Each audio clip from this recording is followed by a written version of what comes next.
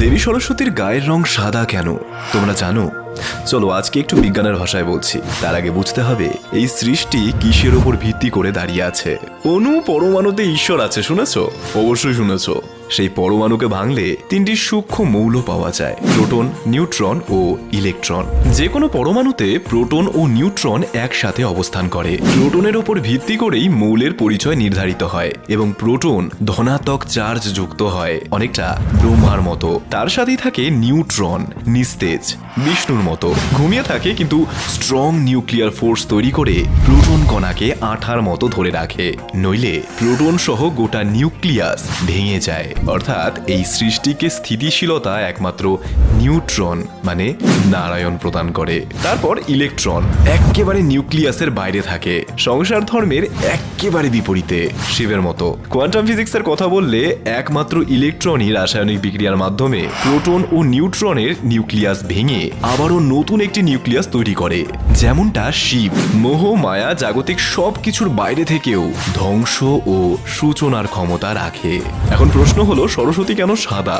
সরস্বতী হলো ফোটন কণা, যাকে আমরা অজ্ঞানতার অন্ধকার দূর করতে বলি আলোর স্বরূপিনী হয়ে। তিনি কোথা থেকে আসেন জানো? প্রোটন অর্থাৎ ব্রহ্মা ও ইলেকট্রন অর্থাৎ শিবের মধ্যে ধনাত্মক চার্জ এটি আধান তৈরি করে রাখে। অনেকটা সৃষ্টি এবং লয়ের মাঝখানে যেমন একটা কানেকশন বিল্ড থাকে শক্তির দ্বারা। যখনই ইলেকট্রন একটি শক্তি স্তর থেকে আরেকটি শক্তি স্তরে নামে তখন ফোটন সৃষ্টি হয়। ফোটন অর্থাৎ জ্যোতি। কিন্তু সেই জ্যোতির শক্তি কতটা হবে নির্ভর করে প্রোটনের শক্তির ওপর। এবারে যদি আমরা শাস্ত্রের ভিত্তিতে ধরি তাহলে ব্রহ্মার মুখ থেকে নির্গত হয় সরস্বতী। এজন্যই সরস্বতী ব্রহ্মার সাথে বসে একসাথে সৃষ্টি কার্য সম্পাদন করেন, কিন্তু তারা বিবাহিত নন। আবার শ্রী শ্রী চণ্ডীর প্রাধানিক রহস্য অনুযায়ী সরস্বতী হলো শিবের বোন, কারণ ইলেকট্রন যখন তার বাড়তি শক্তি বিসর্জন দেয় তখন ফোটন কণা আত্মপ্রকাশ করে, একেবারে ব্রাদার অ্যান্ড সিস্টার।